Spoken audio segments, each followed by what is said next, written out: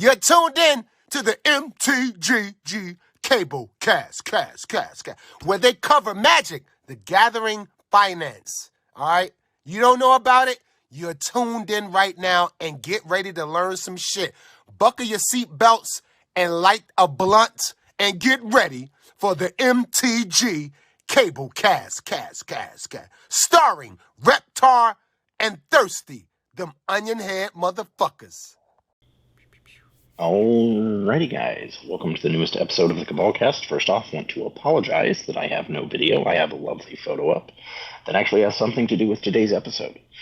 So this week, the week before Gen Con, is the National Sports Card Convention.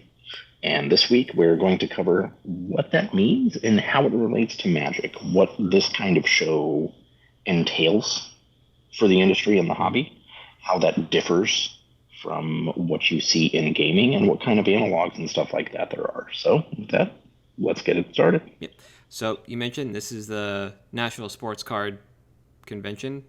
So this is NSCC 23 or 2023. I think it's the hashtag on Twitter. If you follow us, you've seen that we've been basically retweeting a bunch of stuff for the last couple of days. What exactly is the National, though? So the National is basically the largest sports show in the world. This year they added a fifth conference room, basically. Yep. Imagine if every vendor for Magic were in a room, every large established vendor, and triple it.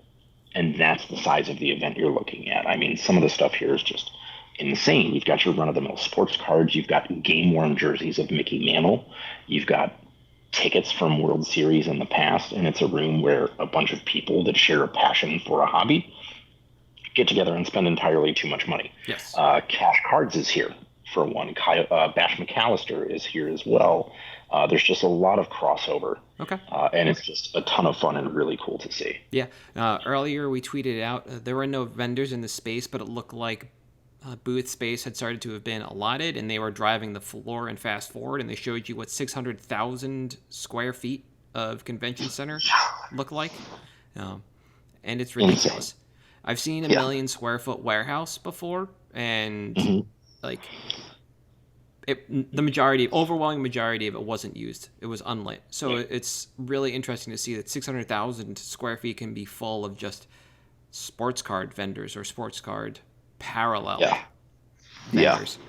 And there's also some interesting stuff going on. This morning they tweeted out that the captain had arrived, and for those of you who don't follow baseball at all, that's Derek Jeter, and they were just carting him around in a golf cart. They had a I don't know if it's still there, but this exhibit was open for 2 or 3 hours. You could hold a game-used bat from Babe Ruth. Yep. So there's all this kind of actual ancillary stuff going on as well related to sports while you're there. Yep.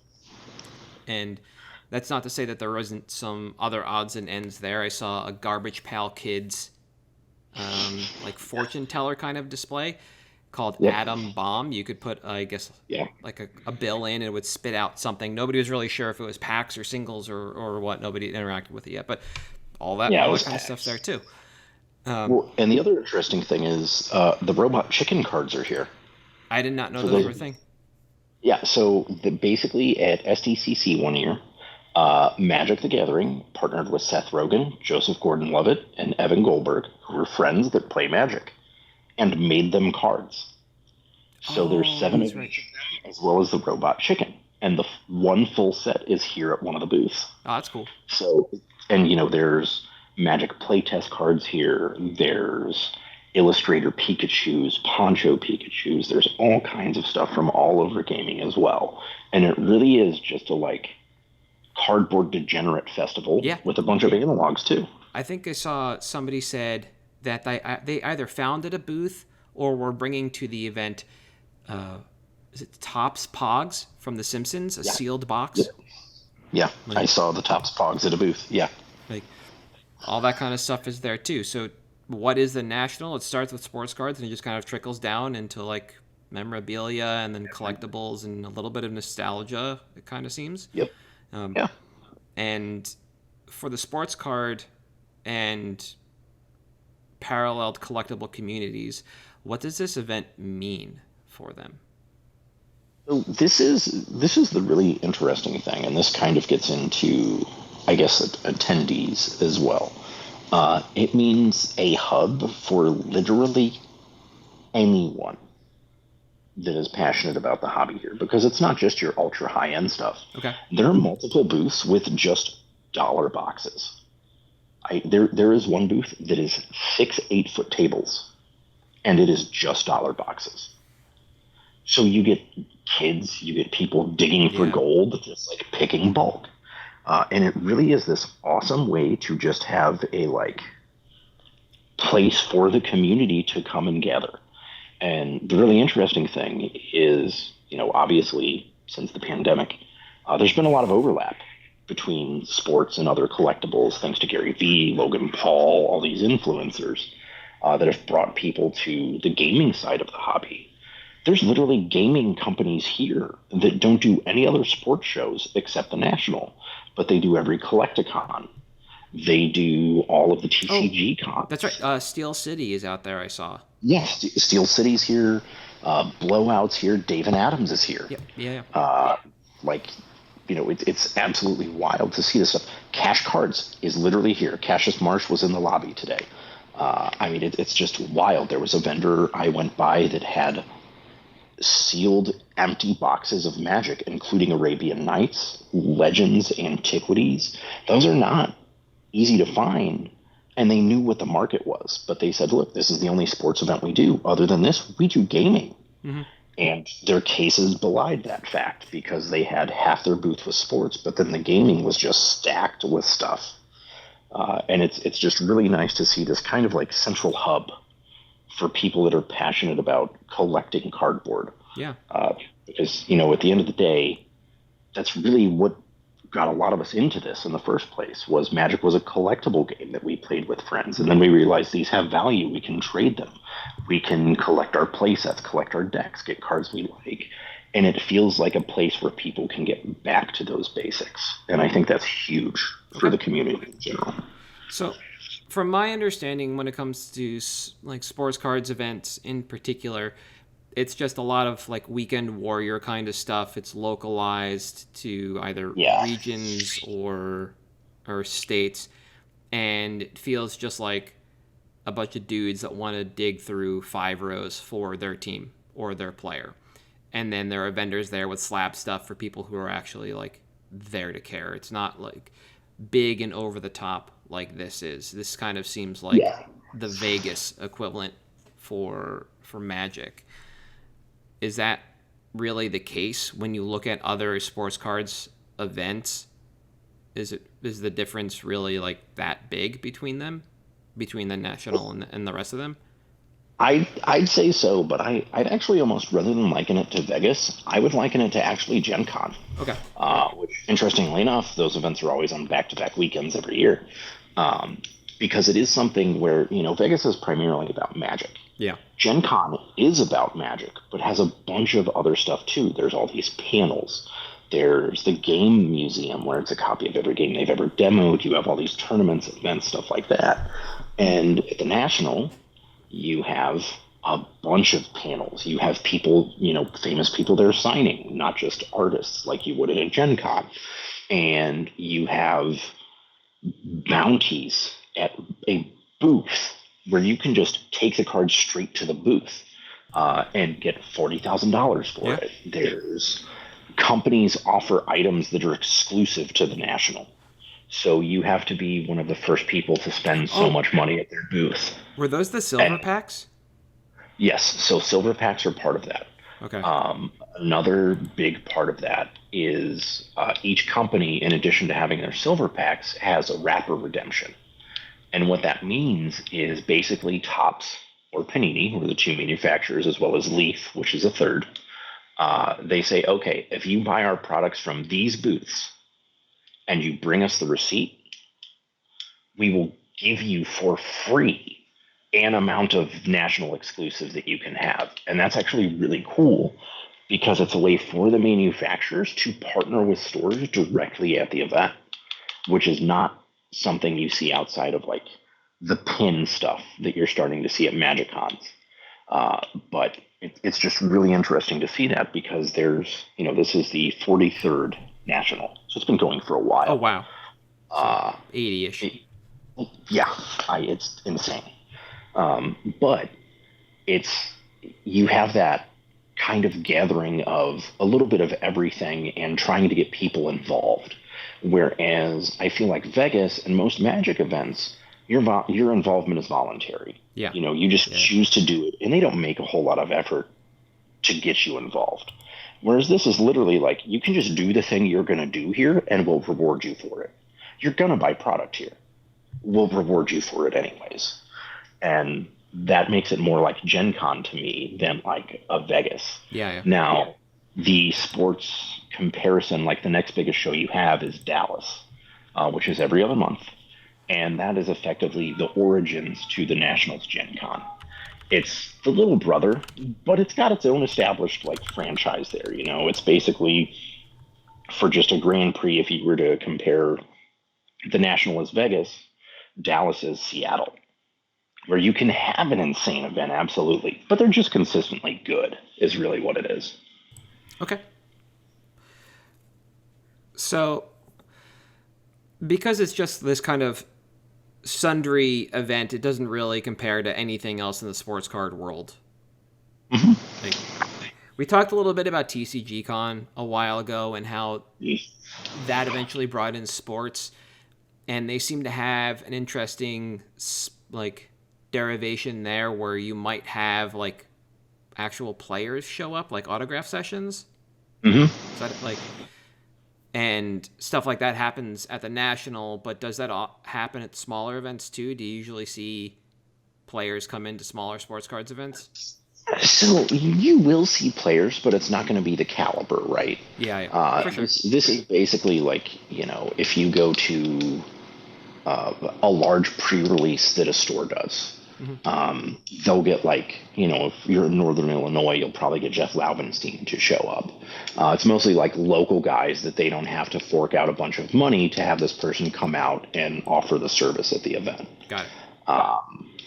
So it is like very pomp and circumstance oriented, similar to,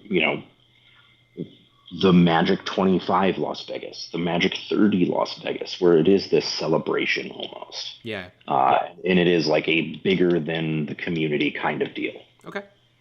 Interesting. So, as an attendee of the National, like, what can you expect? Year one, let's say you're going in blind. What would your expectation be?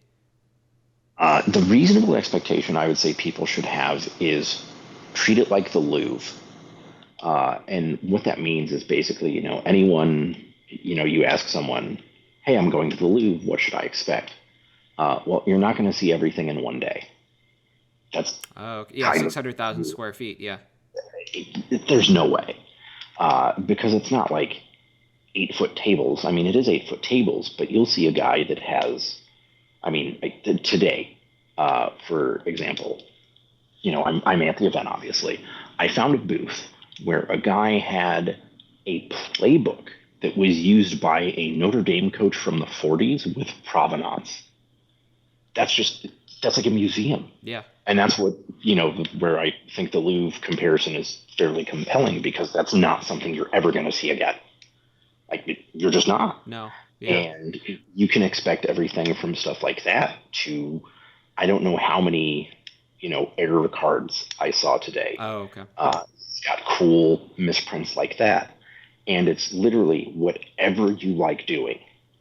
I guarantee there's 10 vendors that specialize in just that specific thing. Okay. Whatever it is. There's a guy who has his whole booth, it's like 3 8-foot tables of non-sports autographs.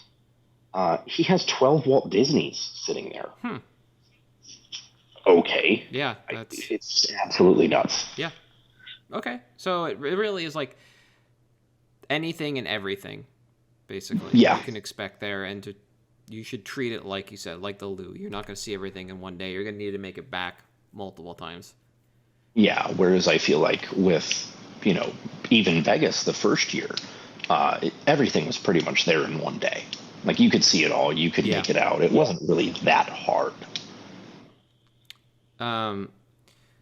So how long does the National actually run? If you like for a standard attendee non-VIP ticket, is it Thursday to Sunday or Friday to Sunday? Thursday to Sunday, and it does keep like anime show hours of 10 to 6. Okay. Is there a VIP day?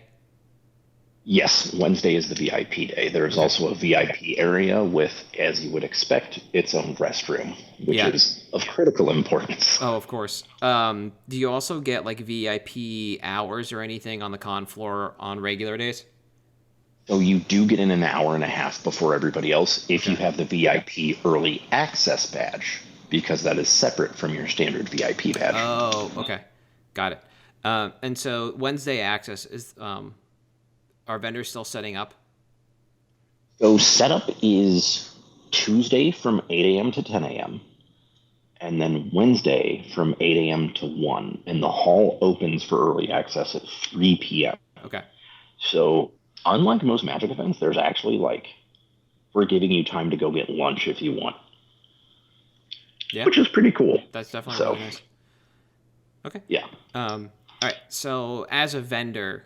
Then, and I guess this question is really nebulous. What can you expect? Maybe we want to break that up into as a sports card only vendor versus a TCG vendor. What can you expect? Yeah, and a sports card only vendor, I think there's a lot of this is literally just throw shit at a wall and see what sticks. Mm-hmm. Because whatever you're selling, again, someone will be there to buy a large quantity of it. You will find a market. Yep. Now, that said, it may not be till a day or two into the event that they make their way to your booth, but it's a much more specialty customer profile, because one of the things is obviously this event's been going on for 40 plus years. So you have a lot of brand loyalty for people that only see you one time a year. Oh, okay. Which is absolutely fascinating, because on the Magic side, you got to be there for a bit before anyone cares. Mm-hmm. You have to establish yourself, and you have to make regular appearances, because the second you're out of, relevance, that you stop showing up, people forget who you are. It just doesn't matter. Yep. And that's one of the really unique things about it, is whatever you're bringing, someone will be there to buy it. Whereas there's plenty of times I don't want to bring Alpha Power to MagicCon, whatever, Birmingham, Alabama. I'm not going to move that there. The other thing you can really expect is, if you're a sports vendor, there's going to be a lot of business to business, booth to booth specifically. Okay. Now, if you're vending any TCG stuff at all, again, there's quite a few TCG vendors that have been walking around shopping stuff. Bash posted a box of Versus Destiny earlier today that a vendor had. Just stuff like that. You'll have vendor to vendor. Oh, it is a sealed box in immaculate condition. But you'll have people come up hey, I specifically vend Pokemon. Can I buy all of your Pokemon slabs? And that's with TCGs the big difference here compared to a lot of the normal Magic events. Is you have those people that are just straight up, I'm a business, but I don't have a booth. Will you deal with me? Oh, I see what you're saying. Okay, I thought you meant this was, then the Pokemon example, that it was booth to booth, not Nope, it's someone off the street that runs a shop. Yep. There's Cash. He'll walk up to people and be hey, I'll go ahead and make an offer for everything you have here. The other thing is, you'll get a lot of vendors who don't know what they have. There was a guy that had a magic binder here, and he had demonic consultations for 50 cents. Just no idea. Yeah, because that card was nothing forever, right? So why would you reprice it if nobody in your store is buying Magic? Mm-hmm. And that's one of the really interesting things about it, is you do get deals like that you just would never in your wildest dreams expect to see. Okay. But a lot of those business-to-business deals are just someone off the street that happens to deal in TCGs that's hey, I can provide this thing. I would like this item, and I will give you money for it so that you don't have to deal with it. Yeah. And that's one of my favorite things is in the sports side, people are way more amenable to that. They're Okay. fine with, hey, I don't know this and you want to deal with it and I don't. Make it disappear. It's just really nice. Yeah. Okay. So I guess like then it's pretty clear cut on both sides, which is just there's somebody for everybody there as a vendor. It doesn't Yeah. matter what you do. There will be Almost. somebody that will be interested in something that you have. So you can expect to Exactly. basically just shove on Hmm. everything. Um, Yeah. as a vendor, is this like a buy show or a sell show, or is it just an everything show? Everything. Okay. It's very much everything. Now, some people, obviously, based on like the relationships you've built over the years, you may have kind of catered it to be more of a buy show for yourself or a sell show. But that's again like something you have established yourself over time, and it is very malleable in that regard. That you know what, I want to come in and leave with no cards and all cash. Great, people will gravitate towards that. They know it's just really interesting to see that because at gaming events and even Gen Con, it's always I want to be doing buying. I make my money on the On buy. buys. Yeah. And like, sure, obviously, selling is where you generate revenue, but based on what you buy it at, that's where you've got it. Yep. And the other really interesting thing about this, because in the TCG world, there's no such thing as inventory that doesn't have to be immediately liquid. You want to churn everything all the time.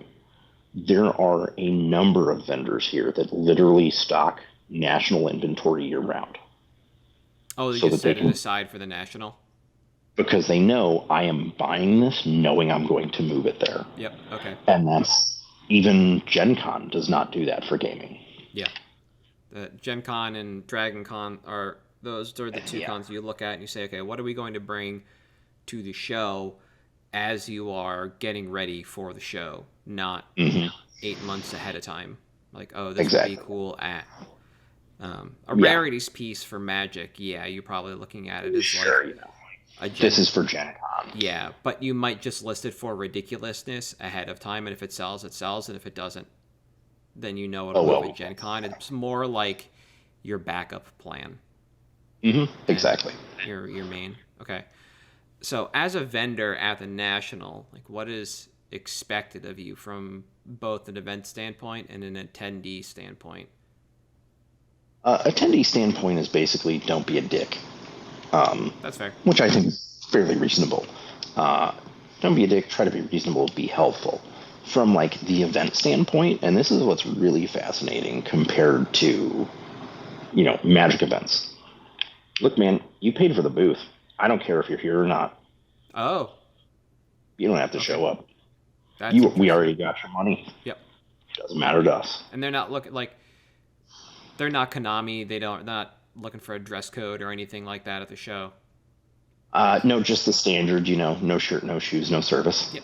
Okay. Other than that, absolutely. There's no like, you need button downs, you need long sleeve, short sleeve, whatever. Yeah. I mean, there's, people wearing jerseys. I was gonna say there's, Obviously. there's most likely a number of booths who have their own store jerseys, like Exactly, yeah. number. Yeah. Yeah. In regards to attendee expectation of a vendor, going back to the idea that this is your brand, like you build brand loyalty here, do people expect when they work with you, and they're excited to work with you again, that you have a digital presence? No, there's a number of people, including one of my favorite vendors here, who, anytime someone asks, do you have a website? He says, look, I'm an 81-year-old man. I don't know how the internet works. Look, at least he's upfront about it. But I mean, the Yeah. local sports card shop is very much one of those like brick and mortar only anyway. You stop in because you see it while you're driving by, or Exactly. God forbid somebody still has a yellow pages, and you Exactly, found it yeah, in there. yeah. So like, Yeah. and that makes sense. I figured the answer was going to be no because that's just how this industry has worked for so long, and there's not a huge reason to change it when eBay is one of your best outs. Exactly. Right. Yeah. So yeah. And the last question we have for the first part here is, you mentioned that tomorrow morning. Yeah. We were thinking about recording this like last minute for us because you were going to be on site for the booth lottery. Yeah. What is this? The way the booths are handed out at this event. So every year of the National, a new priority group is added. So your priority group is what order in which you get to pick your booth. So if you are priority 0, you did not you signed up before the first one even happened. So you get to pick your booth. Well, obviously there's limited spaces. So now this is the 43rd National. Anyone that signs up for a booth this year that has never signed up before gets priority 43. Whoa. Now, yeah. So there are only so many booth spots. If enough spots open up that a later priority group can pick, but say there's 300 vendors in that, but they only have 10 spots, they do a lottery.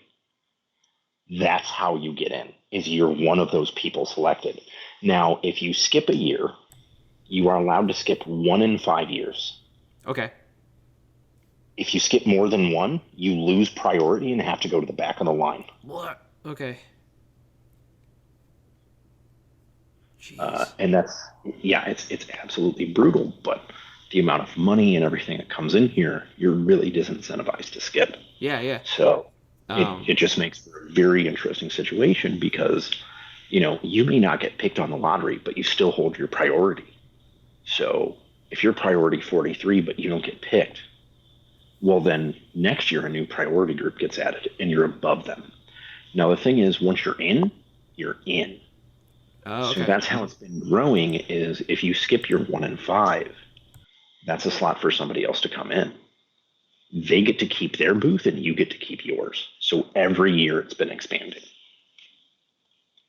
which is a really interesting way to have a growth profile because obviously with Magic, you've got, your 10 to 15 vendors and you'll never have more than that. And that's kind of the interesting thing here is no, they want to grow it more and more and more. Yep. Okay.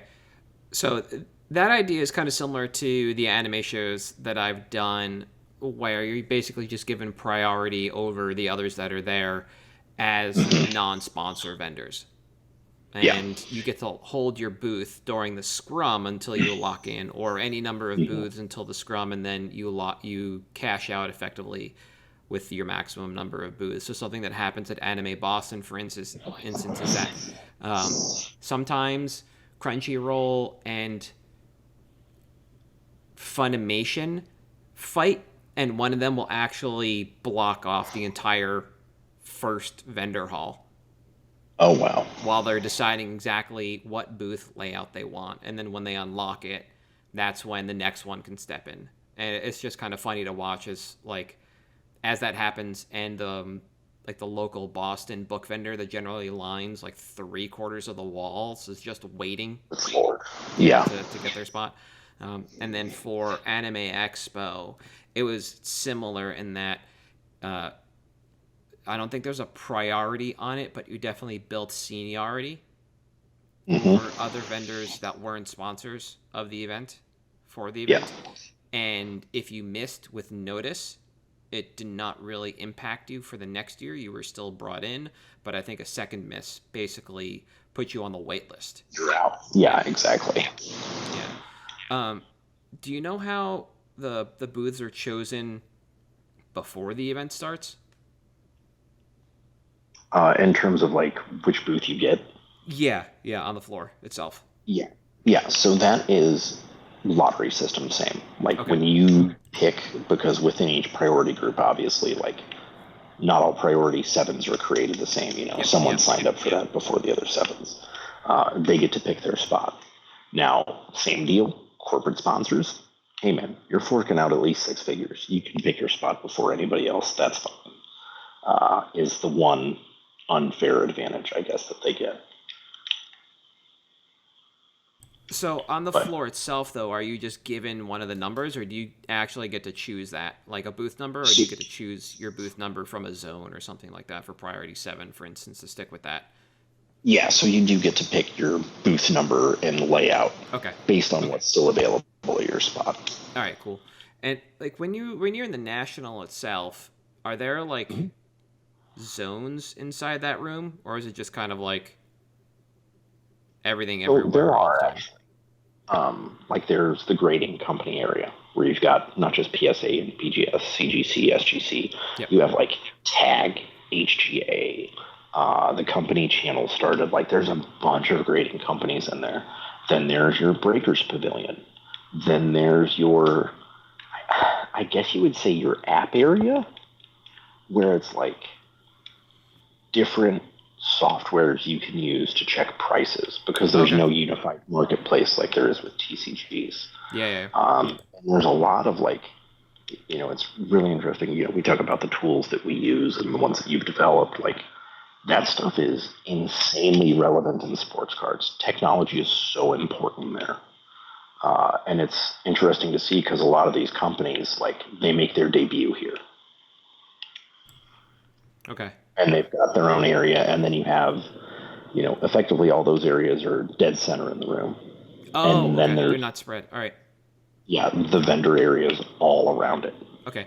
And do you know where those are kind of laid, like positioned ahead of time? So when you're looking at the room, your priority group happens, and you're deciding where you want to actually choose in the your booth in the room. Do you know where like the breakers are going to be in like the events stage or whatever is going to be in the layout? Yeah, you do. Okay. Which helps a lot, obviously. Yeah, exactly. All right. The lottery thing was the last question I had for this, for the like, what is the national in regards to sports cards in comparison to TCG stuff? Is there anything else you want to go over before the event like really kicks off? I don't think so. Okay. I'm really interested to see what we can do for the after, like wrap up. Yep. What I see, what kind of lessons can be learned, stuff like that. So, but nothing for now. Okay.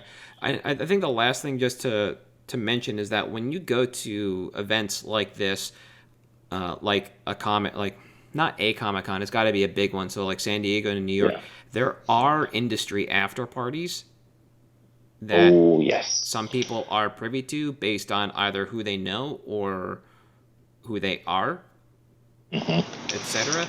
So those are going on all the time. The reason we weren't able to record last night was because there were a couple going on that we were holding off on.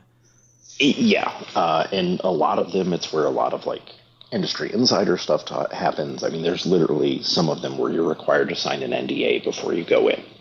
Yeah. Because that's what they're discussing there, and it's obviously pretty cool. But it is, no flash photography, no talking about it, anything like that. Yeah. It's very interesting. Yeah, this is something that we talked about. I asked you in particular if you made it into the one that we were talking about, if you would be able to take photos, because even I have not gone to any of this stuff, do know that you do get hit by NDAs, or sometimes they will say, you are not the ones to post this, we will be posting it, so hold off until we do it, and then that's the okay for you, but until we do not, kind of stuff. And this is what happens at industry events. This isn't really something that happens necessarily at Magic Fests or TCG cons. There was the like paid for stuff at the last Pro Tour, I think. Yeah. Where you could like go out to dinner or whatever and meet Moreau and stuff like that. Like that was there. Like like networking kind of deal. Yeah. But nothing that's like, hey, here's a sneak preview of our next set. Here's how we're going to shoot the value of this game in the foot with the next set. The closest thing we got was HasCon. Yeah. Which happened once and never again. Yep, seemingly. So. Yeah. I guess that is another market difference between the national and like some of the just ancillary TCG stuff that goes on. But that'll basically for me puts a button on the part one, the pre-national show. You said you got nothing else, so the next time we'll see everybody will be after the national and before Origin. So this is just like back to back weekends for you. Yeah, before Gen Con actually. Oh, Gen Con, sorry. We did Origins already. Gen Con's next. Sorry. Thank you. Yep. So for at MtG Cabalcast on Twitter, Facebook, Patreon, and YouTube, I am at Halt. I am Reptar. You are. And Thirsty Sizzler. We'll see you next week. Deuces.